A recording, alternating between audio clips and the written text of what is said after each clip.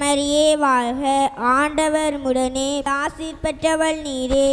உம்முடைய திருவயிற்றின் கனியாகிய இயேசுவும் ஆசீர் பெற்றவரே. புனித மரியே இறைவனின் தாயே, பாவிகளா இருக்கிற எங்களுக்காக இப்பொழுதும் எங்கள் இறப்பின் வேளையிலும் வேண்டிக் கொள்ளும். ஆமேன். அருள்மிக பெற்ற மரியே வாழ்க, ஆண்டவர் உடனே பெண்களுள் ஆசீர் பெற்றவள் நீரே. உம்முடைய திருவயிற்றின் கனியாகிய இயேசுவும் ஆசீர் பெற்றவரே. புனித மரியே இறைவனின் தாயே, பாவிகளா இருக்கிற எங்களுக்காக இப்பொழுதும் எங்கள் இறப்பின் வேளையிலும் வேண்டிக் கொள்ளும். ஆமேன்.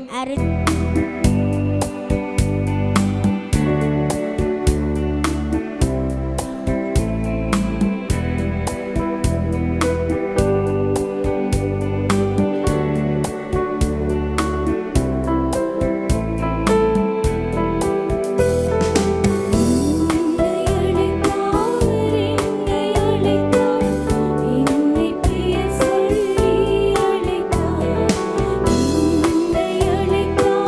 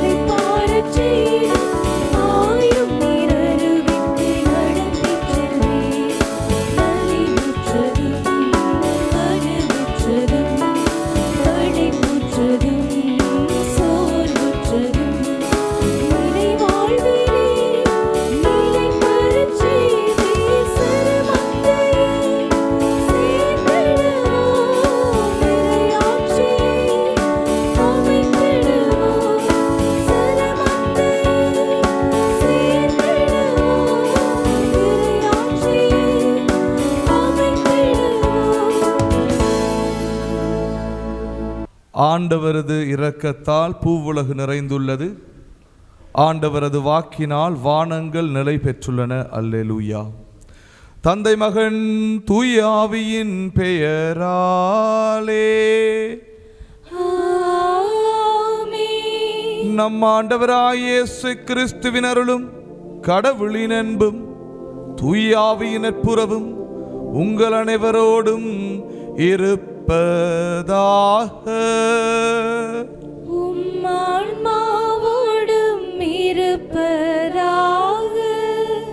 பாஸ்கா காலத்தின் 4ஆம் ஞாயிறாகிய இன்று அன்னையாம் திரு அவை நல்லாயன் தினத்தையும் இறையழைத்தல் ஞாயிறு தினத்தையும் நினைவு கூறுகின்றார். இன்றைய முதலாம் வாசகத்தில் பவுலும் பர்னபாவும் எவ்வாறு இறைவார்த்தைக்கு ஆர்வமுடன் சான்று பகர்ந்தார்கள் என்பதை திருத்தூத பணிகள் நூலில் காண்கின்றோம்.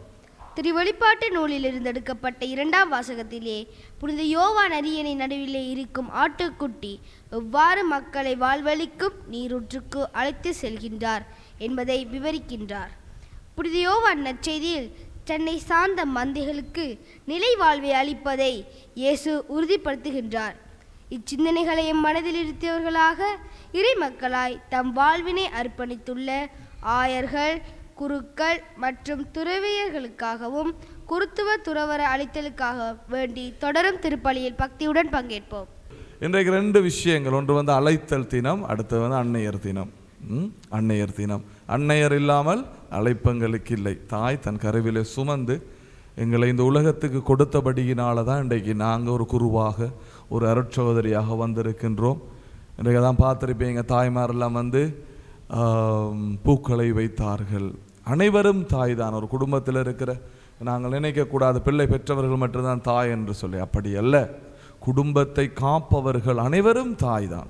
அது ஆணாக இருக்கலாம், பெண்ணாக இருக்கலாம், ஆணாக இருக்கலாம், பெண்ணாக இருக்கலாம், அனைவரும் தாய் தான். சிலாக்கள் நினைக்கிற தாய் என்ன நாங்கள் பிள்ளை பெற்றிருக்க வேண்டும் என்று சொல்லி. அப்படி அல்ல. நாங்களாம் என்ன பிள்ளை பெறுறோமா? இல்லையே. தாயாகலும் ஆகலாம். எந்த ஒரு மனிதனுக்கு ஒரு குடும்பத்தை பார்க்கிற பக்குவம் வருகிறதோ, பிறரை அன்பு செய்கிற பக்குவம் வருகிறதோ, அரவணைத்து வாழ்க்கை கொடுக்கிற பக்குவம் வருகிறதோ, அவன் ஆணாயிருந்தாலும் பெண்ணாயிருந்தாலும் தாயாகின்றான், தாய் ஆகின்றாள். சில ஆட்களுக்கு பிள்ளைகளை மட்டும்தான் பெற்றுருவாங்க. Just give birth to children. அவங்க தாயாக முடியாது. நீ பிள்ளைகளை பெறுறதுனால தாயாக முடியாது. நீ பிள்ளைகளை பெறுறதுனால தகப்பனாக முடியாது. நீ பிறருக்கு வாழ்வை கொடுக்கிற பொழுதுதான் ஒரு தாயாகின்றாய். பிறருக்கு வாழ்வை கொடுக்கின்ற பொழுதுதான் நீ தாயாகின்றாய். உன்னால் பிறர் வாழ்கின்றார்கள். அது ஆணாக இருக்கலாம், பெண்ணாக இருக்கலாம். ஒரு குடும்பத்தில் பிறருக்காக தன்னை தியாகம் செய்கிற அனைவரும் தாயாகின்றார்கள். கிறிஸ்துவுக்குள் பிரியமானவர்கள். அதை நாங்கள் மனதில் இருத்த வேண்டும். இன்றைய நாளிலே இன்றைக்கு நீங்கள் பார்த்தீங்கன்னு சொன்னால் நிறைய தாய்மார் வந்தீங்க, பிள்ளைகள் வந்தீங்க. அப்போ சொல்லுவாங்க, இந்த ஆலயம் இந்த பிள்ளைகளினாலும் தாய்மாரினாலும் தான் நிறைந்திருக்கிறது. அப்போ ஆண்களுடைய வருகை குறைவா? அப்படி அல்ல. அந்த ஆண்கள் இந்த குடும்பங்களை சரியாக பராமரிப்பதினால்தான் இந்த தாயும் பிள்ளைகளும் முன் வருகிறார்கள். ஏதோ ஒரு விதத்தில் அவங்களுக்கு ஆண்களினோட உதவி. அப்போ ஒரு குடும்பத்தில் தாயும் தகப்பனும் தாயாகவே இருக்கின்றார்கள். அப்போ நீங்கள் தாய் தகப்பன் இந்த ஆலயத்திற்கு தாயும் பெற்றோராய் வருகிறீர்கள். அதனால் பெற்றோருடைய சிந்தனை, ஒரு ஆணும் பெண்ணும் திருமணம் முடித்து அவர்கள் இணைகிற பொழுது அவர்கள் பெற்றோருக்குரிய ஸ்தானத்தை பெறுகின்றார்கள். அம்மாவாகின்ற ஸ்தானத்தையும் அப்பாவாகின்ற ஸ்தானத்தையும் அவர்கள் பெறுகின்றார்கள். Biologically that doesn't mean they have to give birth to children biologically. It's not that. அவர்கள் அந்த ஸ்தானத்தை பெறுகின்ற. அதனால தான் ஒரு பெண்ணும் ஆணும் திருமணம் முடிக்கிற பொழுது அவர்களுக்கு 3 பொறுப்புகள் இருக்கிறது. குடும்ப பொறுப்பு, சமூக பொறுப்பு, திருச்சபை, ஆன்மீக பொறுப்பு. இந்த 3லும் அவர்கள் பங்கெடுக்கின்றார்கள். அவர்கள் பங்கெடுத்து இந்த திருச்சபையை வளர்ப்பதற்காக இந்த பிள்ளைகளெல்லாம் பாருங்கள், ஃபாதர் சிஸ்டரை வந்து அவ்வளோ அழகாக இருக்கும் என்று சொல்லி. அப்போ அந்த தாயினுடைய வளர்ப்பு, அந்த sacrifice has to be celebrated. நாங்கள் அதை வந்து நாங்கள் பாராட்ட வேண்டும். அதனால் இங்கே வந்திருக்கிற தாய்மாருக்கு எல்லா பெண் பிள்ளைகளாக இருக்கலாம், தாய்மாராக இருக்கலாம், வயது முதல் எல்லாருக்காகவும் நாங்கள் ஜெபிக்க வேண்டும். தாய்மாரினுடைய குணத்தை கொண்ட ஒவ்வொரு ஆணுக்காகவும் நாங்கள் இன்றைய நாளில் ஜெபிக்க வேண்டும். ஏனெனில் அவர்கள் இல்லாவிட்டால் நாங்கள் இல்லை. ஆனால் இந்த திருப்பலியில் உங்களிடத்தில் திருச்சபையின் சார்பாக நின்று நான் கேட்டுக்கொள்வது என்னவென்று சொன்ன, இந்த பிள்ளைகளை அழைத்தலுக்காக திருச்சபைக்கு கொடுக்கிறது எங்களுடைய தாய்மார் குடும்பம். அதே போல நீங்கள் எப்படி உங்களுடைய பிள்ளைகளிலே அக்கறை செலுத்துகிறீர்களோ வீட்டில் இருக்கும் பொழுது, இந்த ஆலயத்திற்கு வருகிற பிள்ளைகளிலும் நீங்கள் அக்கறை செலுத்த வேண்டும் பெற்றோராக. அது உங்களுடைய கடமை, அது உங்களுடைய கடமையாக இருக்கிறது. கிறிஸ்துவுக்குள் பிரியமானவர், இந்த ஆலயம் என்பது உங்களுடைய ஆலயம். எப்படி நீங்கள் உங்கள் பிள்ளைகளை அன்பு செய்கிறீர்களோ, எப்படி நீங்கள் உங்கள் பிள்ளைகள் எதிர்காலத்திலே நல்லவர்களாக வர வேண்டும் என்று நீங்கள் எதிர்பார்க்கிறீர்களோ, அதே போல இந்த திருச்சபைக்கு சேர்ந்த பிள்ளைகளுடைய வளர்ச்சியிலும் உங்களுடைய ஒத்துழைப்பு எங்களுக்கு தேவை. அப்படி நீங்கள் ஒத்துழைக்கிற பொழுது இந்த பிள்ளைகளுடைய வாழ்க்கை சீரும் சிறப்புமாக இருக்கும்.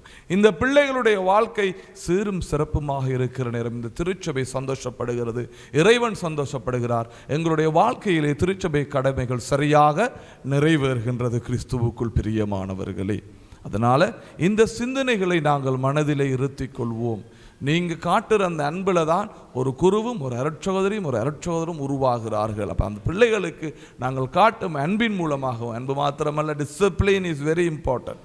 அவர்களுக்கு நாங்கள் டிசிப்ளின், ஒழுக்கமும் அன்பும் இருக்கும் பொழுது அவன் ஒரு குடும்பத்தை காக்கிறவனாக, ஒரு சமூகத்தை காக்கிறவனாக, ஒரு திருச்சபையை காக்கிறவனாக அந்த பிள்ளை வளர்கிறது. இன்றைக்கு நல்லாயனை பற்றி நாங்கள் வாசகங்களை கேட்போம். நல்லாயன் வாசகத்திலே ஆண்டவர் எங்களுக்கு எடுத்து சொல்கிறார், நான் உன்னை காக்கிற தெய்வம், நான் உன்னை காக்கிற தெய்வம். கிறிஸ்துவுக்குள் பிரியமானவர்கள், இந்த நல்ல சிந்தனைகளை எங்கள் மனதிலே இருத்தி எங்களுடைய குற்றம் குறைகளுக்காக ஆண்டவரிடத்திலே மனம் வருந்தி மன்னிப்பு வேண்டுவோம்.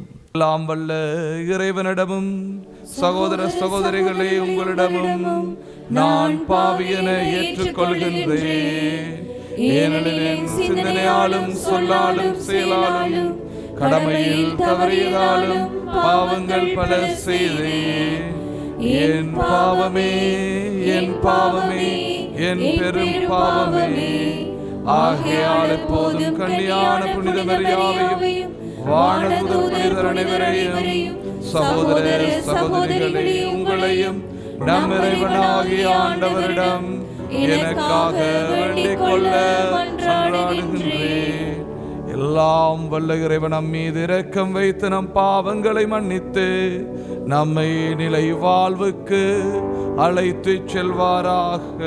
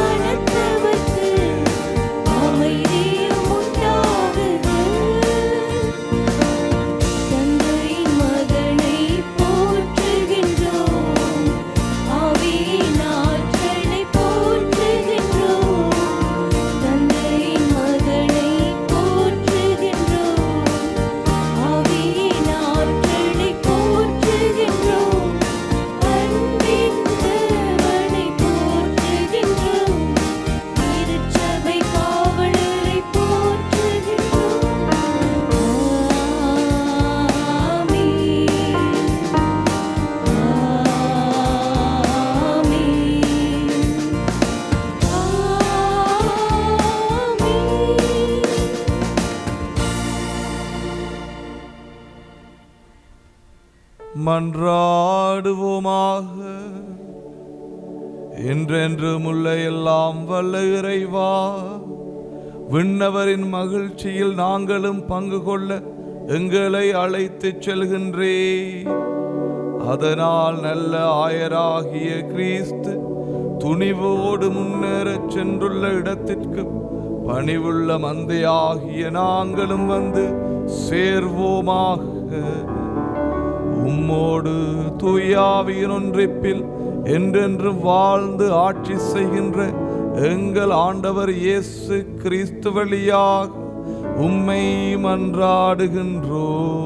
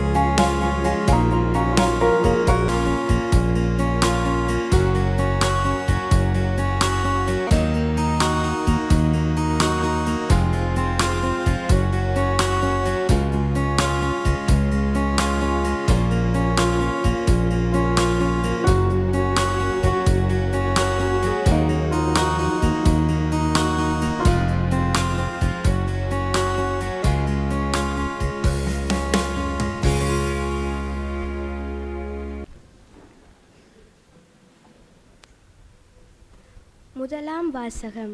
திருத்தூதர் பணிகள் நூலிலிருந்து வாசகம்.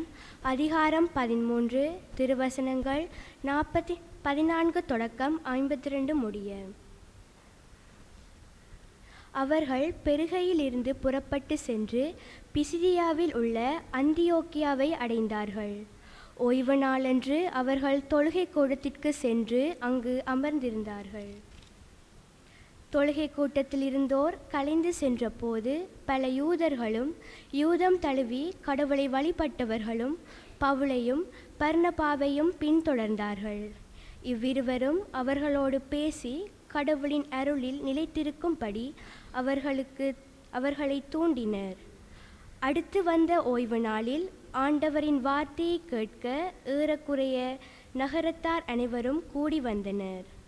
மக்கள் திரளை கண்ட யூதர்கள் பொறாமையால் நிறைந்து பவுல் கூறியதை எதிர்த்து பேசி அவரை பழித்துரைத்தார்கள். பவுலும் பர்னபாவும் துணிவுடன், கடவுளின் வார்த்தையை உங்களுக்குத்தான் முதலில் அறிவிக்க வேண்டியிருந்தது, ஆனால் நீங்கள் அதை உதறித் தள்ளி நிலைவாழ்வுக்கு தகுதியற்றவர்கள் என்று உங்களுக்கு நீங்களே தீர்ப்பளித்து கொண்டீர்கள். எனவே நாங்கள் பிற இனத்தாரிடம் சொல்கிறோம், ஏனென்றால் உலகம் முழுவதும் என் மீட்பை அடைவதற்கு நான் உன்னை வேற்றினத்தாருக்கு ஒளியாக ஏற்படுத்துவேன் என்று ஆண்டவர் எங்களுக்கு கட்டளையிட்டுள்ளார் என்று எடுத்து கூறினார்கள். இதை கேட்ட பிற இனத்தார் மகிழ்ச்சி அடைந்தனர். ஆண்டவரின் வார்த்தையை போற்றி புகழ்ந்தனர். நிலைவாழ்வுக்காக குறிக்கப்பட்டோர் அனைவரும் நம்பிக்கை கொண்டனர்.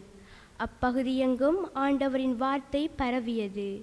ஆனால் யூதர்கள் கடவுளை வழிபட்டு வந்த மதிப்புக்குரிய பெண்களையும் நகரின் முதன்மை குடிமக்களையும் தூண்டிவிட்டு பவுலையும் பர்னபாவையும் இன்னலுக்குள்ளாக்கி அவர்களை தங்களது நாட்டிலிருந்து துரத்தி விட்டார்கள். அவர்கள் தங்கள் கால்களில் படிந்திருந்த தூசியை அவர்களுக்கு எதிராக உதறிவிட்டு இக்கோனியாவுக்கு சென்றார்கள். சீடர்களோ தூய ஆவியால் ஆட்கொள்ளப்பட்டு மகிழ்ச்சியில் திளைத்திருந்தார்கள். இது ஆண்டவர் வழங்கும் அருள்வாக்கு. இறைவனுக்கு நன்றி. பதிலுரை பாடலுக்கு உங்கள் பல்லவியாக. நாம் அவர் மக்கள், அவர் மேய்த்திடும் ஆடுகள். நாம் அவர் மக்கள், அவர் மேய்த்திடும் ஆடுகள். ஆண்டவரை மகிழ்ச்சியுடன் வழிபடுங்கள், மகிழ்ச்சி நிறை பாடலுடன் அவர் திருமுன் வாருங்கள். நாம் அவர் மக்கள், அவர் மேய்த்திடும் ஆடுகள். ஆண்டவரே கடவுள் என்று உணருங்கள், அவரே நம்மை படைத்தவர். நாம் அவர் மக்கள், அவர் மேய்க்கும் ஆடுகள். நாம் அவர் மக்கள், அவர் மேய்த்திடும் ஆடுகள். ஏனெனில் ஆண்டவர் நல்லவர், என்றும் உள்ளது அவர் தம் பேரன்பு. தலைமுறை தோறும் அவர் நம்பத்தக்கவர். நாம் அவர் மக்கள், அவர் மேய்த்திடும் ஆடுகள். நாம் அவர் மக்கள், அவர் மேய்த்திடும் ஆடுகள். திருவெளிப்பாடு அதிகாரம் 7 திருவசனங்கள் 9, 14 தொடக்கம் 17 வரை. இதன்பின் யாராலும் எண்ணிக்கையிட முடியாத பெரும் திரளான மக்களை கண்டேன். அவர்கள் எல்லா நாட்டையும் குலத்தையும் மக்கள் இனத்தையும் மொழியையும் சார்ந்தவர்கள். அரியணைக்கும் ஆட்டுக்குட்டிக்கும் முன்பாக நின்று கொண்டிருந்தார்கள். வெண்மையான தொங்கலாடை அணிந்தவர்களாய் கையில் குருத்தோலைகளை பிடித்திருந்தார்கள். நான் அவரிடம், என் தலைவரே, அது உமக்குத்தான் தெரியும் என்றேன். அதற்கு அவர் என்னிடம் கூறியது, இவர்கள் கொடிய வேதனையிலிருந்து மீண்டவர்கள். தங்களின் தொங்கலாடைகளை ஆட்டுக்குட்டியின் இரத்தத்தில் துவைத்து வெண்மையாக்கி கொண்டவர்கள். இதனால் தான் கடவுளது அரியணை முன்னின்று கொண்டு அவரது கோவிலில் எல்லும் பகலும் அவரை வழிபட்டு வருகிறார்கள். அரியணையில் வீற்றிருப்பவர் அவர்களிடையே குடிகொண்டு அவர்களை பாதுகாப்பார். இனி அவர்களுக்கு பசியோ தாகமோ இரா, கதிரவனோ எவ்வகை வெப்பமோ அவர்களை தாக்கா. ஏனெனில் அரியணை நடுவில் இருக்கும் ஆட்டுக்குட்டி அவர்களை மேய்க்கும். வாழ்வுகளிக்கும் நீரூற்றுகளுக்கு வழிநடத்தி செல்லும். கடவுள் அவர்களின் கண்ணீர் அனைத்தையும் துடைத்து விடுவார். இது ஆண்டவர் வழங்கும் அருள்வாக்கு. இறைவனுக்கு நன்றி.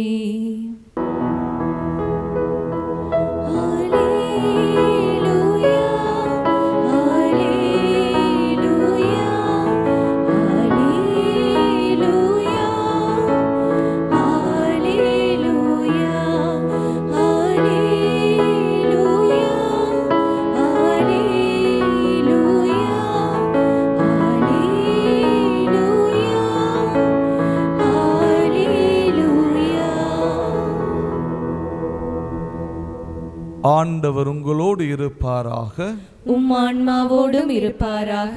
புனித யோவான் எழுதிய நற்செய்தியிலிருந்து வாசகம். ஆண்டவரே, மாட்சி உமக்கே.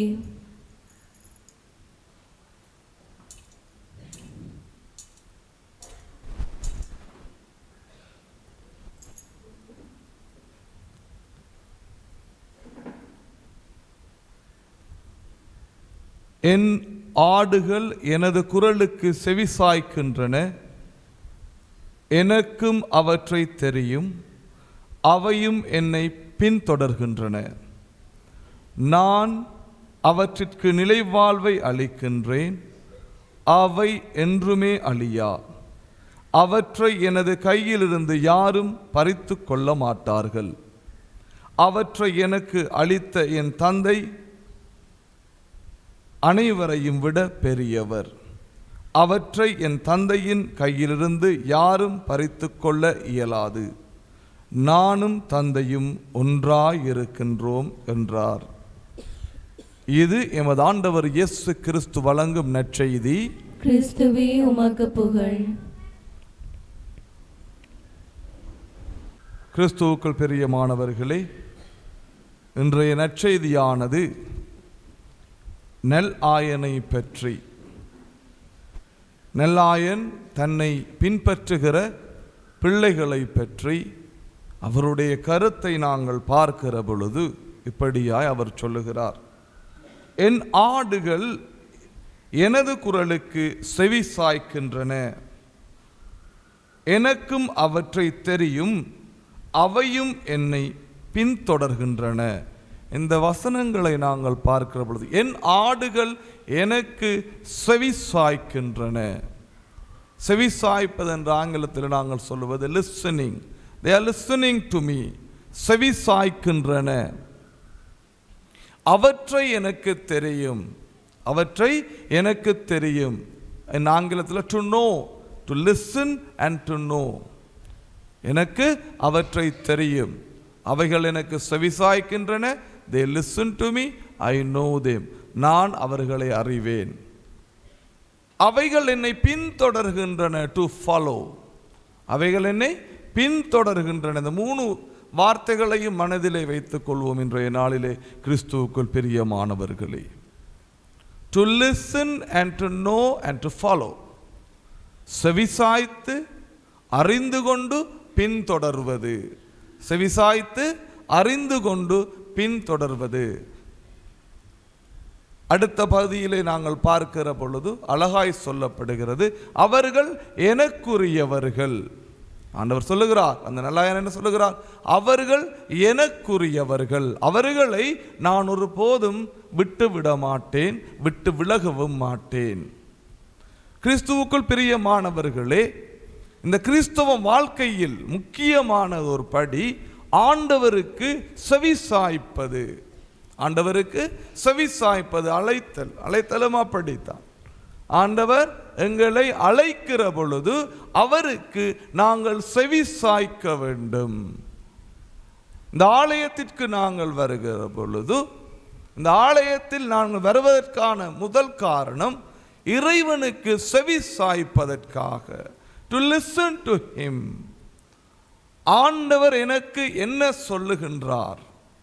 ஆண்டவர் எனக்கு என்ன சொல்லுகின்றார்? நாங்கள் ஒருமனப்பட்டு இந்த திருப்பலியில் இணைந்து கொள்ளுகிற பொழுது ஆண்டவர் எனக்கு என்ன சொல்லுகிறார் என்பதை நான் அறிந்து கொள்ள வேண்டும். டு நோ, முதல் கேட்டு அதுக்கு அறிந்து கொள்ள வேண்டும் என்று சொன்னால் என்னுடைய மனம், என்னுடைய சிந்தனை சஞ்சலப்படக்கூடாது. அது சரியான மனநிலையில் இருக்க வேண்டும். இறைவனை நினைக்கிற மனதாக. அப்ப இறைவன் சொல்லுகிறதை கேட்பதற்கு நான் என்னை தகுதியான மனுஷியாக, மனிதனாக மாற்றிக்கொள்ள வேண்டும். இல்லாவிட்டால் இந்த திருப்பலி, வாராவாரம் நாங்கள் வருகிற திருப்பலி வெறும் சடங்காய் மாறிவிடும். கிறிஸ்துக்குள் பிரியமானவர்களே, நீங்கள் 1 மணி நேரம் பூசை, அதற்கு பிறகு நன்றி எல்லாம் சொல்லி முடிய 1 மணி 1:20 ஒரு மணித்தியாலங்கள் நீங்கள் இறைவனுக்காய் உங்கள் நேரத்தை அர்ப்பணிக்கிறீர்கள். இந்த நேரத்தை நீங்கள் அர்ப்பணிப்பதின் நோக்கம் என்பதை முதல் அறிந்து கொள்ளுங்கள். விடுப்பு பார்ப்பதற்காக அல்ல, பிறரை நியாயம் தீர்ப்பதற்காக அல்ல, போன கிழமை திருப்பலியை சிறப்பித்தவர்கள் எப்படி சிறப்பித்தார்கள் என்று பார்ப்பதற்காக அல்ல, இல்லாட்டி போன வருஷம் எப்படி செய்தார்கள் என்று பார்ப்பதற்காக அல்ல, அல்ல குருவானவர் என்ன உடுப்பு போட்டு வந்திருக்கிறார் என்று பார்ப்பதற்காக அல்ல. இறைவன் உங்களுக்கு என்ன சொல்லுகிறார் என்பதை கேட்கத்தான் நீங்கள் இங்கு வந்திருக்கிறீர்கள். Mind you. திருச்சபைக்கு, திருப்பலிக்கு நீ வருகிறது இறைவன் உன்னோடு பேசுகிற வார்த்தைகள் என்ன? நீங்கள் வருகிற குடும்ப சூழ்நிலைகள், வேலை செய்கிற இடத்தில் இருக்கிற சூழ்நிலைகள், உங்களுக்கு இருக்கிறதான பொறுப்புகள், கஷ்டங்கள், நீங்கள் எடுக்க வேண்டிய தீர்மானங்கள் நிறைய இருக்கின்றது வாழ்க்கையிலே. நீங்கள் அன்றாடம் ஓடி உங்கள் குடும்பத்தை உயர்த்தி தூக்கி நிறுத்த ஏதோ ஒரு விதத்திலே போராடி கொண்டிருக்கிற மனிதர்கள், போராட்டம் நிறைந்த உலகத்திலே வாழ்ந்து கொண்டிருக்கிற மனிதர்கள். அப்ப நீங்க திருப்பலி பூசைக்கு வருகிற பொழுது இறைவனுடைய வார்த்தையை கேட்டு, listen to the word of God. நீ எப்பொழுது ஆண்டவருடைய வார்த்தையை கேட்க வருகிறாயோ அப்பொழுது உன்னுடைய வாழ்க்கையில் நீ எதிர்கொள்கின்ற சவால்களுக்கு உனக்கு பதில் கொடுக்க முடியும். அப்ப இந்த சந்தர்ப்பத்தை நீ தவறவிட்டு விடக்கூடாது. ஆண்டவர் தருகிற இந்த சந்தர்ப்பத்தை நீ தவறவிட்டு விடக்கூடாது. கிறிஸ்துவுக்குள் பெரிய இது ஒரு பிரஷஸ் டைம். நாங்கள் இறைவனோடு இந்த சந்தர்ப்பத்தை, இந்த நேரத்தை செலவிட வேண்டும்.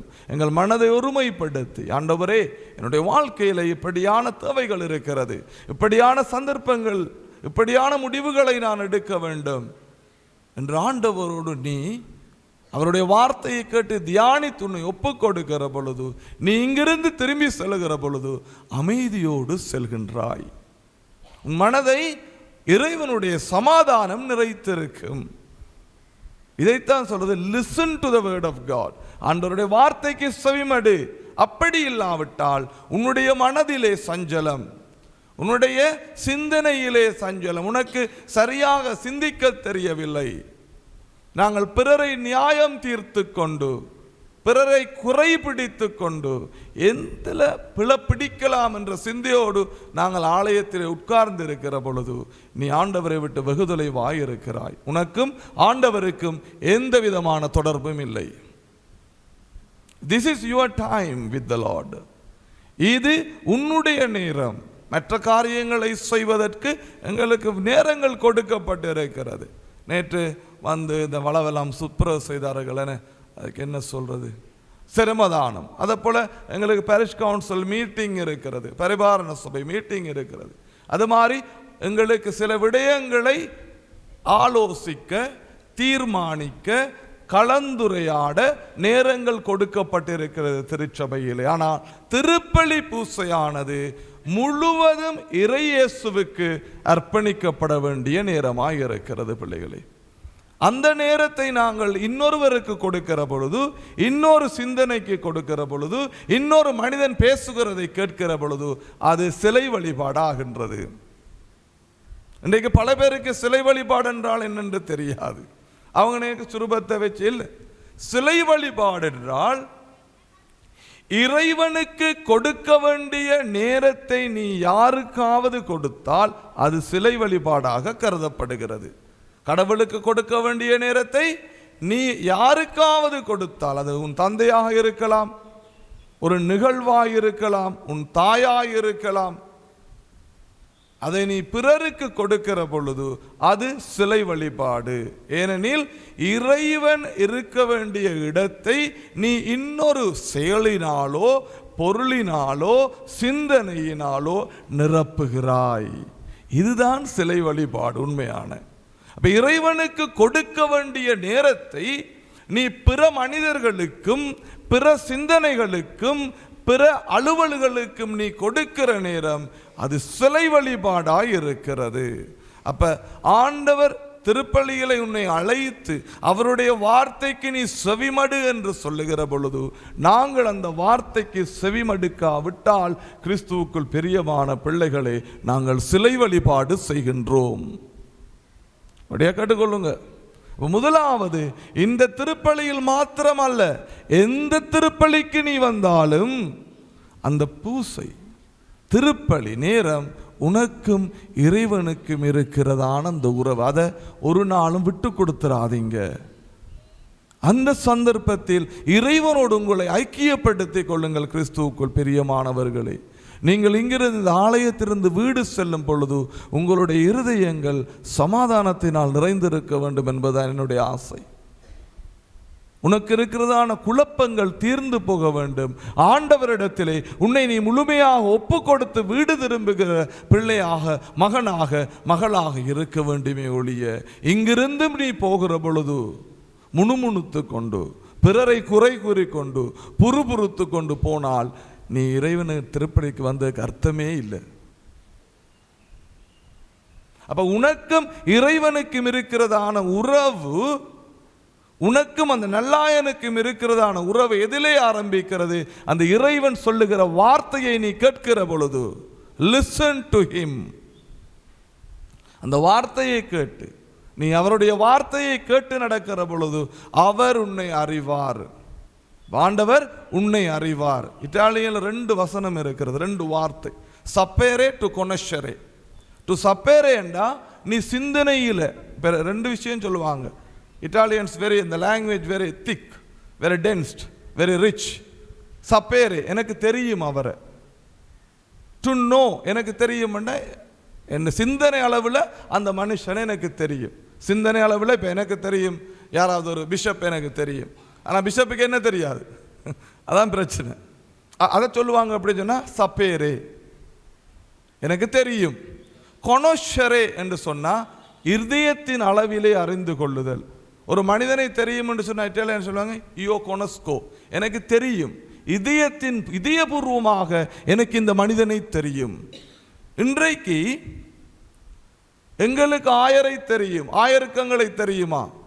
தெரியாது. நாங்கள் போய் சந்தித்து அவரோட பழகினால் தெரியும், இல்லாவிட்டால் தெரியாது.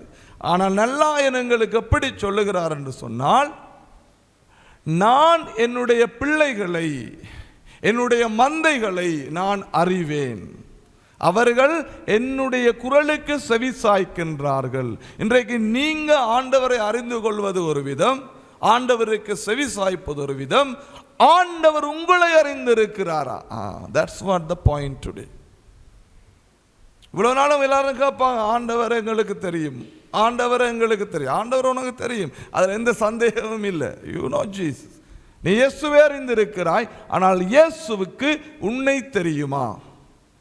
அதான் இன்றைக்கு வீட்டை போய் படிச்சு பாருங்க. வடிவா யோவான் 10ஆம் அதிகாரம் 27 தொடங்கி 30 முடிகிற வசனங்களை படித்து பாருங்கள். You know God whether God knows you or not. ஆனால் திரு விவிலியத்திலே அழகாய் சொல்லப்படுகிறது, நல்ல ஆயன் தன்னுடைய மந்தைகளை அறிவார். நீங்க அந்த மந்தைகளை பற்றி பேசுற, நல்ல ஆயனை பற்றி பேசுறது எத்தனை விதமான, நீங்க யூடியூப்ல போய் செக் பண்ணி பாருங்க. செம்மறியாடுகள் மந்தைகளை வளர்ப்பவர்கள் எப்படி வளர்ப்பார்கள் என்று சொல்லி யாரு கூப்பிட்டாலும் அது வராது. ஆனால் அந்த ஆயன் போய் விசில் அடிக்க அவ்வளவும் சரியா பிரிஞ்சு வரும்.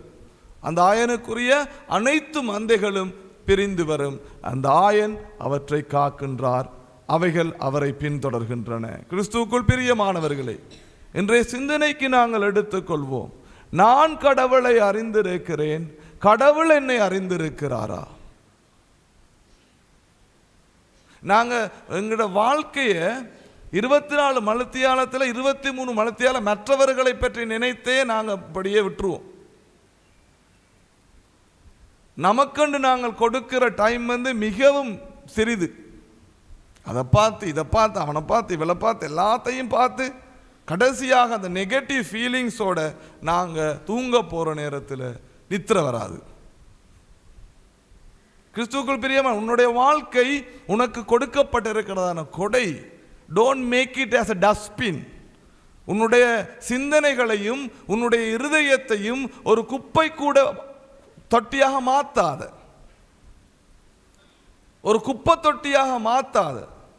அது எப்ப குப்பை தொட்டி ஆகுது என்று சொன்னா, நமக்கு தேவையில்லாத கதைகளை நாங்கள் சேகரிப்பதினால், எங்களோட வாழ்க்கைக்கும் எங்களுடைய பிள்ளைகளுக்கும் உதவாத சிந்தனைகளை மனதிலே வைப்பதினால், மற்றவர்களை பற்றி இரவும் பகலும் பேசுவதினால், you are becoming a very negative personality. Then you are going to depression and suffering from the illness. அப்ப என்ன நடக்குது? எங்களுடைய சிந்தனைகளை நாங்கள் பிற மனிதர்களுடைய செயல்களினாலும் சொற்களினாலும் வதந்திகளினாலும் நிரப்பி அப்படி எங்களுடைய வாழ்க்கையை முழுவதாக இழந்து விட்டோம். அப்ப அப்படி இழக்கக்கூடா என்பதற்காக தான் இந்த வார்த்தை today. You listen to God. உன்னுடைய இருதயமும் என்னுடைய இருதயமும் என்னுடைய சிந்தனையும் இறை வார்த்தையால் மாத்திரம் நிரம்பி இருக்கட்டும். எங்களுக்கு அதை விட வேற என்ன வேணும்? எங்களோட வீட்டில் எங்களோட குடும்பங்கள்ல கஷ்டப்பட்டு உழைக்கிறீங்க, கஷ்டப்பட்டு வாழ்றீங்க, சந்தோஷமா இருக்க நினைக்கிறீங்க. அப்படி இருக்கிற அந்த குடும்பம் இறை வார்த்தையினாலும் நல்ல சேர்ந்திருக்கிற பொழுது நீங்கள் சமாதானமாயிருப்பீர்கள். உங்களோட வாழ்க்கை சமாதானமாயிருக்கும். நீங்கள் மகிழ்ச்சியுள்ள பிள்ளைகளாயிருப்பீர்கள். யாருமே உங்களை வெட்கப்படுத்த முடியாது, யாருமே உங்களை தலைகுனிய செய்ய முடியாது. ஏனெனில் உன்னுடைய சிந்தனையில் இருப்பது இறைவனுடைய வார்த்தை. நீ அறிந்திருக்கிறாய். நீ எப்படி இறைவனை அறிந்திருக்கிறாயோ அதே போல இறைவனும் உன்னை அறிந்திருக்கிறார். அப்ப உன்னுடைய வாழ்க்கை இறைவனோடு பிணைக்கப்பட்டிருக்கிற நேரத்தில், கிறிஸ்துவுக்குள் பிரியமான என் அன்பு மகனே, என் அன்பு மகளே, உன்னுடைய வாழ்க்கையிலே இருக்கிற வேதனைகள், நோய்கள், கஷ்டங்கள் உன்னை அறியாமலே உன்னை விட்டு செல்லும். அப்போ இன்றைக்கு நாங்கள் இந்த திருப்பள்ளி பூசையில் இறைவன் நல்லாயனாயிருக்கிறார், அவர் என்னை வழிநடத்துகிறார் என்று சிந்திக்கிற நாங்கள் எங்களுடைய வாழ்க்கையினை ஒப்பு கொடுப்போம்.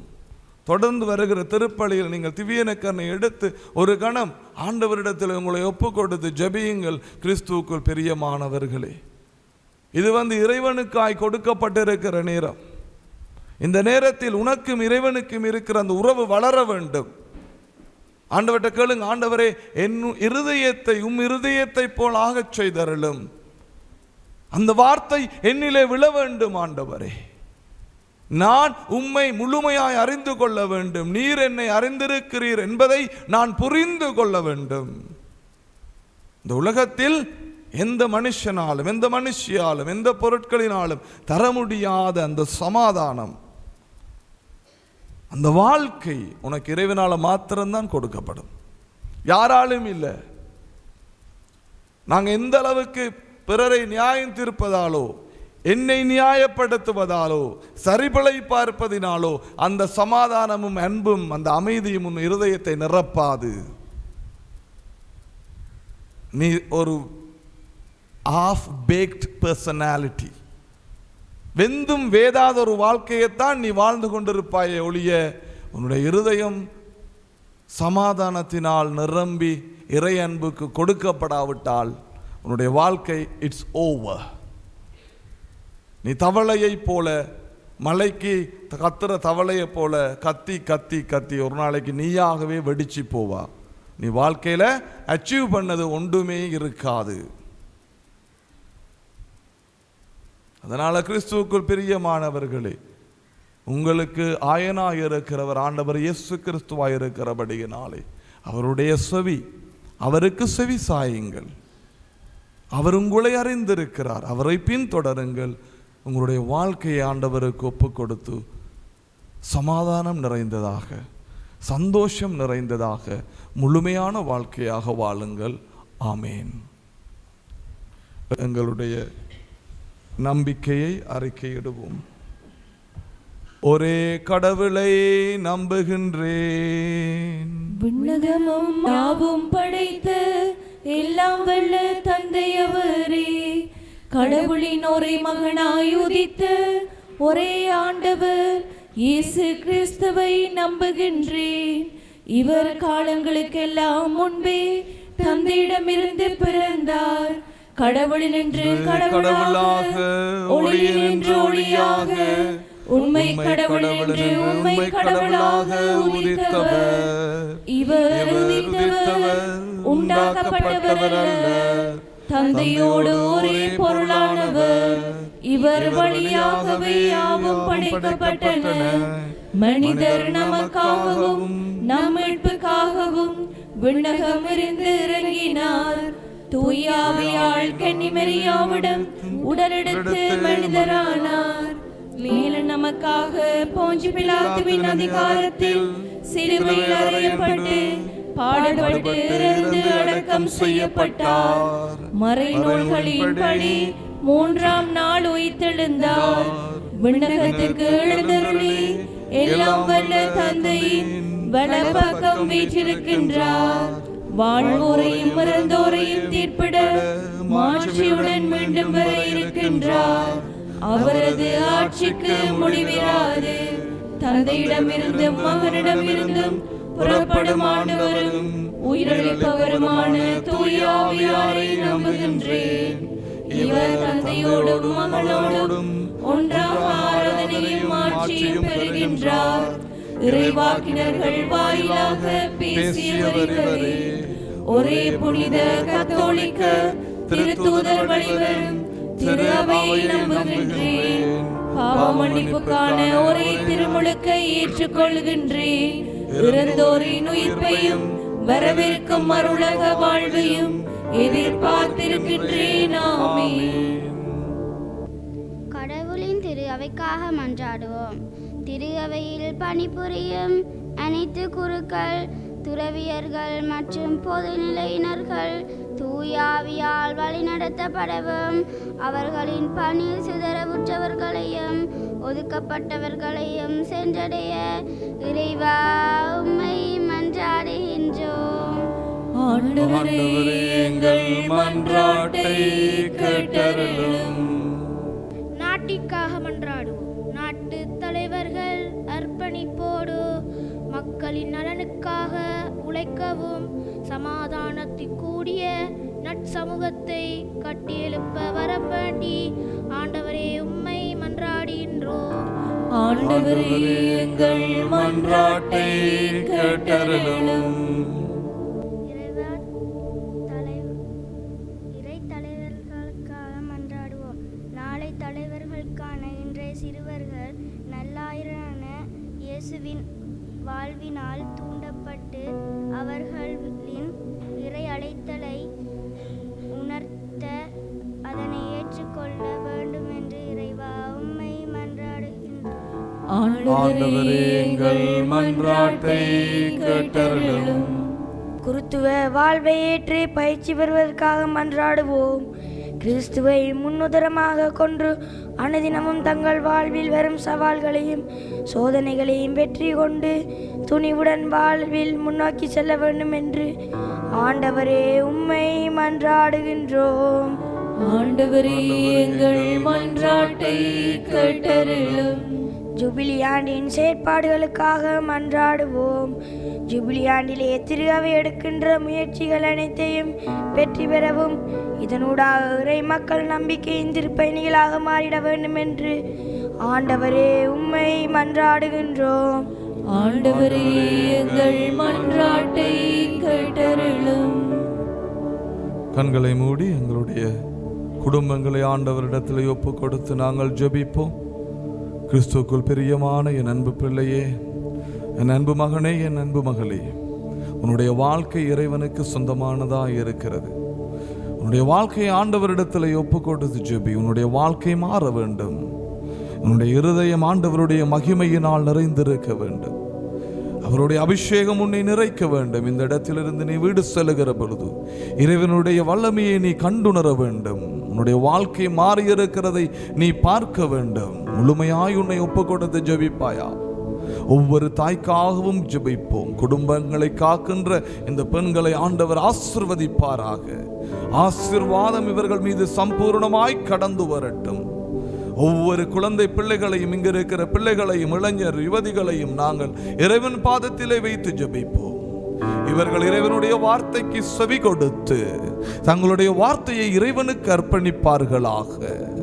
ஆண்டவரே, இங்கிருக்கிற சமூகத்தை ஆசீர்வதியும். ஆண்டவரே, இந்த திருச்சபையானது தூய ஆவியினால் நிரம்ப பெற்று உம்முடைய மகிமையினால் நிரம்பி உம்முடைய அளவில்லாத அற்புதங்களை இவர்களுடைய வாழ்க்கையிலே கண்டுகொள்வார்களாக. எந்த விதமான பொல்லாதவனின், பிசாசானவனின், சந்தேக மனிதர்களின் வார்த்தைகளும் செயல்களும் இந்த பிள்ளைகளை நெருங்காத வண்ணமாய் பார்த்து கொள்ளும். ஆண்டவரே, உம்முடைய அன்பிலும் இரக்கத்திலும் மகிழ்ச்சியிலும் சமாதானத்திலும் நிறைந்து வாழ்கிற ஒரு திருச்சபையாக இந்த மக்களை மாற்றியருளும். எல்லா ஜெபங்களையும் எங்கள் ஆண்டவர் இயேசு கிறிஸ்துவின் நாமத்தில் வேண்டி நிற்கிறேன். எங்கள் ஜீவனுள்ள நல்ல பிதாவே, ஆமென்.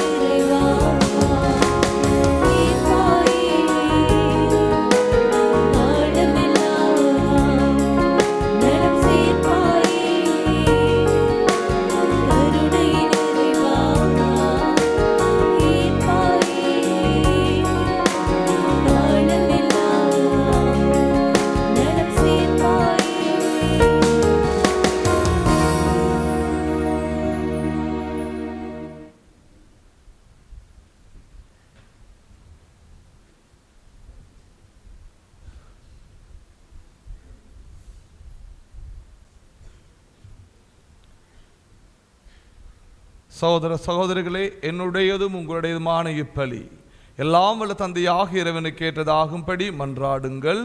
ஆண்டவர் தமது பெயரின் புகழ்ச்சிக்காகவும் மாட்சிக்காகவும் நமது நன்மைக்காகவும் புனித திரு அவை அனைத்து நலனுக்காகவும் உமது கையிலிருந்து இப்பலியை ஏற்றுக்கொள்வாராக. ஆண்டவரே, பாஸ்கா மறைநூல்கள் வழியாக எங்களை என்று மக்களிக்க செய்திடுமை வேண்டுகின்றோம். அதனால் நாங்கள் தொடர்ந்து புரியும் பரிகார செயல் எங்களுக்கு முடிவில்லா பேரின்பத்தின் காரணமாக அமைவதாக. எங்கள் ஆண்டவர் இயேசு கிறிஸ்து வழியாக உம்மை மன்றாடுகின்றோம்.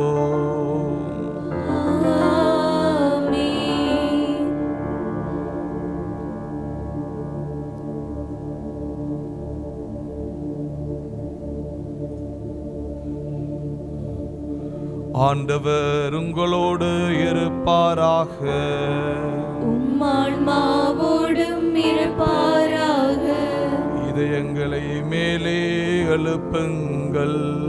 ஆண்டவரிடம் எழுப்பியுள்ளோம். நம் இறைவனாகிய ஆண்டவருக்கு நன்றி கூறுவோம். அது தகுதியும் நீதியுமானது. ஆண்டவரே, காலத்திலும் உம்மை புகழ்ந்துரைப்பதும் எல்லாவற்றிற்கு மேலாக எங்கள் பாஸ்காவாகிய கிறிஸ்து பலியான சிறப்பான காலத்தில் உம்மை இன்னும் மிகுதியாக வாழ்த்தி போற்றுவது மெய்யாகவே தகுதியும் நீதியுமாகும் எங்கள் கடமையும் மீட்புக்குரிய செயலுமாகும். ஏனெனில் பழையன அழிக்கப்பட்டு வீழ்ச்சியுற்ற படைப்பு அனைத்தும் புதுப்பிக்கப் பெறுகின்றது. எங்கள் வாழ்வும் கிறிஸ்துவில் சீரமைக்கப்பட்டு நிறைவு பெறுகின்றது. ஆகவே பாஸ்கா மகிழ்ச்சி பொங்க அனைத்துலகின் மாந்தர் அனைவரும் அக்களிக்கின்றனர். அவ்வாறே ஆற்றல் மிக்கோரும் அதிகாரம் கொண்ட தூதர்களும் உமது மாட்சியை புகழ்ந்து பாடி முடிவின்றி சொல்லுவதாவது: தூயவர் தூயவர் தூயவர், வான்படைகளின் கடவுளாம் ஆண்டவர். விண்ணகமும் மண்டகமும் உமது ஆட்சியால் நிறைந்துள்ளன. உன்னதங்களிலே ஓசானா. ஆண்டவர் பெயரால் வருகிறவர் ஆசீர் பெற்றவர். உன்னதங்களிலே ஓசானா.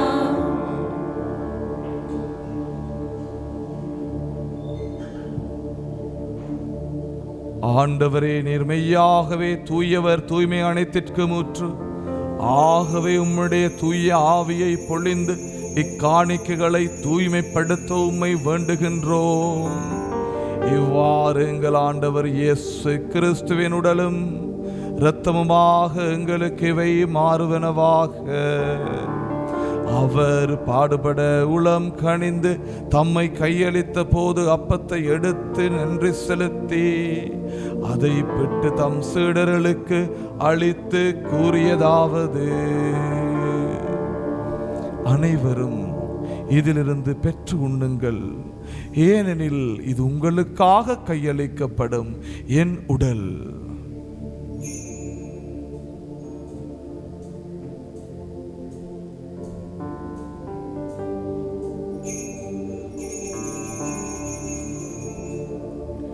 அவ்வண்ணமே இரவு விருந்தை அருந்திய பின் கிண்ணத்தையும் எடுத்து மீண்டும் உமக்கு நன்றி கூறி தம் சீடர்களுக்கு அளித்து அவர் கூறியது: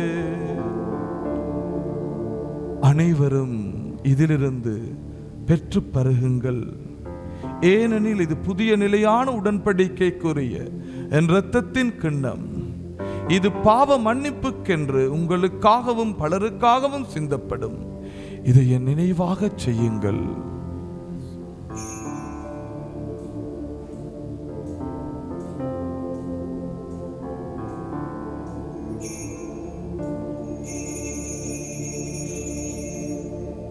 எமது நம்பிக்கையின் மறைபொருள்: ஆண்டவரே, நீர் வருமளவும் உமது இறப்பினை அறிக்கையிடுகின்றோம், உமது உயிர்ப்பினையும் எடுத்துரைக்கின்றோம். ஆகவே ஆண்டவரே, நாங்கள் கிறிஸ்துவின் இறப்பினையும் உயிர்ப்பினையும் நினைவு கூர்ந்து வாழ்வு தரும் அப்பத்தையும் மீட்பளிக்கும் கிண்ணத்தையும் உமக்கு ஒப்புக் கொடுக்கின்றோம். திருமுன்னின்று உமக்கு ஊழியம் புரிய தகுந்தவர்களை எங்களை ஏற்றுக்கொண்டீர். எனவே உமக்கு நன்றி செலுத்துகின்றோம். மேலும் கிறிஸ்துவின் உடலிலும் இரத்தத்திலும் பங்கு கொள்ளும் எங்களை தூய ஆவியார் ஒன்று சேர்க்க வேண்டும் என உம்மை தாழ்மையுடன் மன்றாடுகின்றோம். ஆண்டவரே, உலகெங்கும் பரவி இருக்கும் திரு அவையை நினைவு கூர்ந்தருளும். எங்கள் திருத்தந்தை 14ஆம் லியோ, எங்கள் அப்போஸ்தலிக்க பரிபாலகர் ஆயிரமாயிருக்கிற ஆண்டன் ராஞ்சித், எல்லா திருநிலையினராகிய அனைவரோடும் திரு அவை அன்பில் நிறைவு பெறச் செய்தருளும்.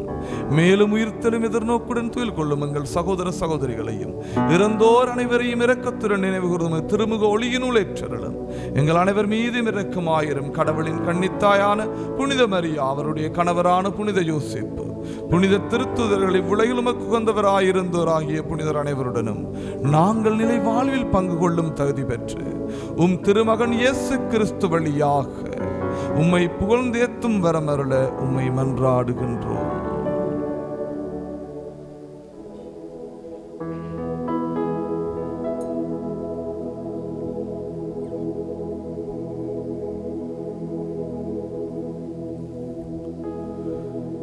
இவர் வழியாக இவரோடு இவரில்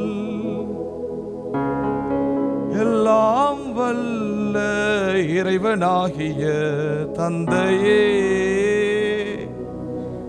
தூயாவியின் ஒன்றிப்பில்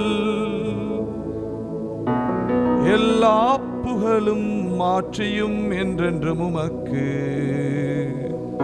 உரியதே.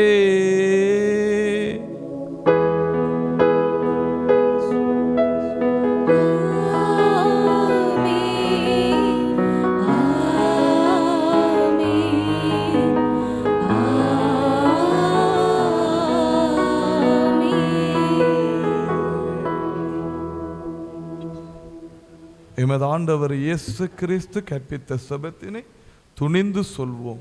விண்ணுலகில் இருக்கிற எங்கள் தந்தையே, உமது பெயர் தூயது என போற்ற பெறுக.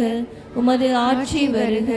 உமது திருவுளம் விண்ணுலகில் நிறைவேறுவது போல மண்ணுலகிலும் நிறைவேறுக. எங்கள் அன்றாட உணவை இன்று எங்களுக்கு தாரும். எங்களுக்கு எதிராக குற்றம் செய்வோரை நாங்கள் மன்னிப்பது போல எங்கள் குற்றங்களை மன்னி. எங்களை சோதனைக்கு உட்படுத்தாதையும் தீமையிலிருந்து எங்களை விடுவித்தருளும். ஆண்டவரை, தீமை அனைத்திலிருந்தும் எங்களை விடுவித்து எங்கள் வாழ்நாளில் அமைதியை கனிவுடன் அருளுமை மன்றாடுகின்றோம். இரக்கத்தின் உதவியால் நாங்கள் பாவத்திலிருந்து எப்போதும் விடுதலை பெற்று யாதொரு கலக்கமும் இன்றி நலமாயிருப்போமாக. நாங்கள் எதிர்நோக்கி இருக்கும் பேரின்பத்திற்காகவும் மீட்பராகிய இயேசு கிறிஸ்துவின் வருகைக்காகவும் காத்திருக்கின்றோம். ஏனெனில் ஆட்சியும் வல்லமையும் ஆட்சியும் என்றென்றும் உமதே. ஆண்டவரே இயேசு கிறிஸ்துவே, அமைதியை உங்களுக்கு விட்டுச் செல்கின்றேன், என் அமைதியை உங்களுக்கு அளிக்கின்றேன் என்றும் திருத்துதர்களுக்கு மொழிந்தீரே. எங்கள் பாவங்களை பாராமல் உமது திரு அவையின் நம்பிக்கையை கண்ணோக்கி உமது திருவுளத்திற்கேற்ப அதற்கு அமைதியையும் ஒற்றுமையையும் அளித்தருள்வீராக. என்றென்றும் வாழ்ந்து ஆட்சி செய்கின்றவர் நீரே. ஆமென். ஆண்டவருடைய அமைதி உங்களோடு என்றும் இருப்பதாக. உம் ஆன்மாவோடும் இருப்பதாக. ஒருவருக்கொருவர் எமது ஆண்டவர் இயேசு கிறிஸ்து தருகின்ற அமைதியினை பகிர்ந்து கொள்வோம்.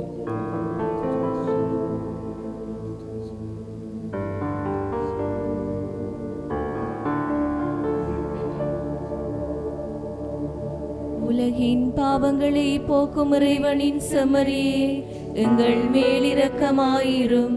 உலகின் பாவங்களை போக்கும் இறைவனின் செம்மறியே, எங்கள் மேலிரக்கமாயிரும்.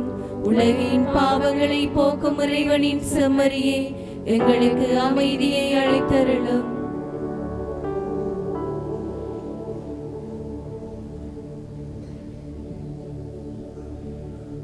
கிறிஸ்துவுக்குள் பிரியமானவர்களே, இவரே இறைவனின் செம்மறி. இவரே உலகின் பாவங்களை போக்குகின்றவர்.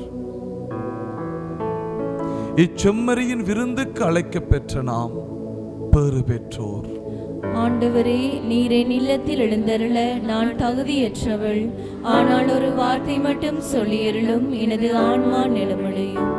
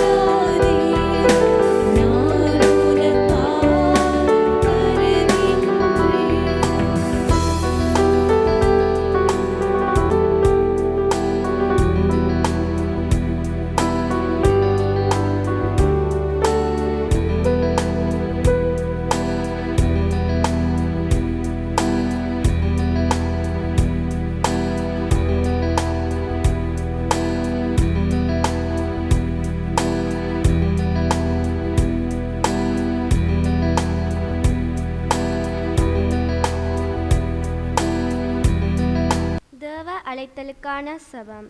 எங்கள் தந்தையே இறைவா, நிறைவாழ்வுக்கு எம்மை இட்டுச் செல்லும் எமது நல்லாயனும் உமது திருமகனுமாகிய இயேசு கிறிஸ்துவுக்காக உமக்கு நன்றி நல்கின்றோம்.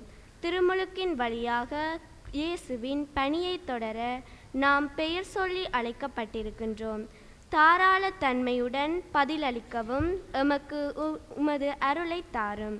திருமணம், தனிவாழ்வு, அர்ப்பணி நிலை, அர்ப்பண வாழ்வு மூலம் பணிபுரிய நீர் அழைத்த ஆண் பெண் இருபாலரையும் உறுதிப்படுத்தும். கிறிஸ்தவ அழைத்தலை தெளிந்து தேர்ந்து கொள்ளும் அனைவரையும் வழி நடத்தும். எமது நன்றியையும் இம்மன்றாட்டையும் உம்மோடு என்றென்றும் ஒன்றித்து வாழும் இயேசுவின் வழியாக தூய ஆவியாரில் ஒப்புக் கொடுக்கின்றோம். ஆமீன்.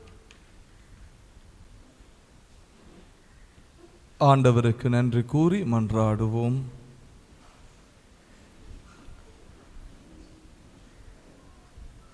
நல்ல ஆயரே, உமது மந்தையை கனிவுடன் கண்ணோக்கியருளும். உம் திருமகனின் உயர்மதிப்புள்ள இரத்தத்தால் மீட்ட உம் ஆடுகளை நிலையான பசும்புல் வெளியில் கூட்டிச் சேர்க்க அருள்வீராக. எங்கள் ஆண்டவர் இயேசு கிறிஸ்து வழியாக உம்மை மன்றாடுகின்றோம். ஆமென்.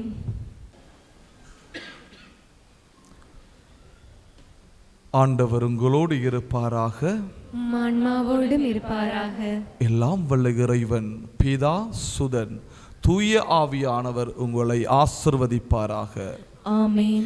இறை அன்பிலும் சமாதானத்திலும் சென்று வாருங்கள். திருப்பலி நிறைவேறிற்று. இறைவனுக்கு நன்றி. மற்றும் ஒரு அறிவித்தல்.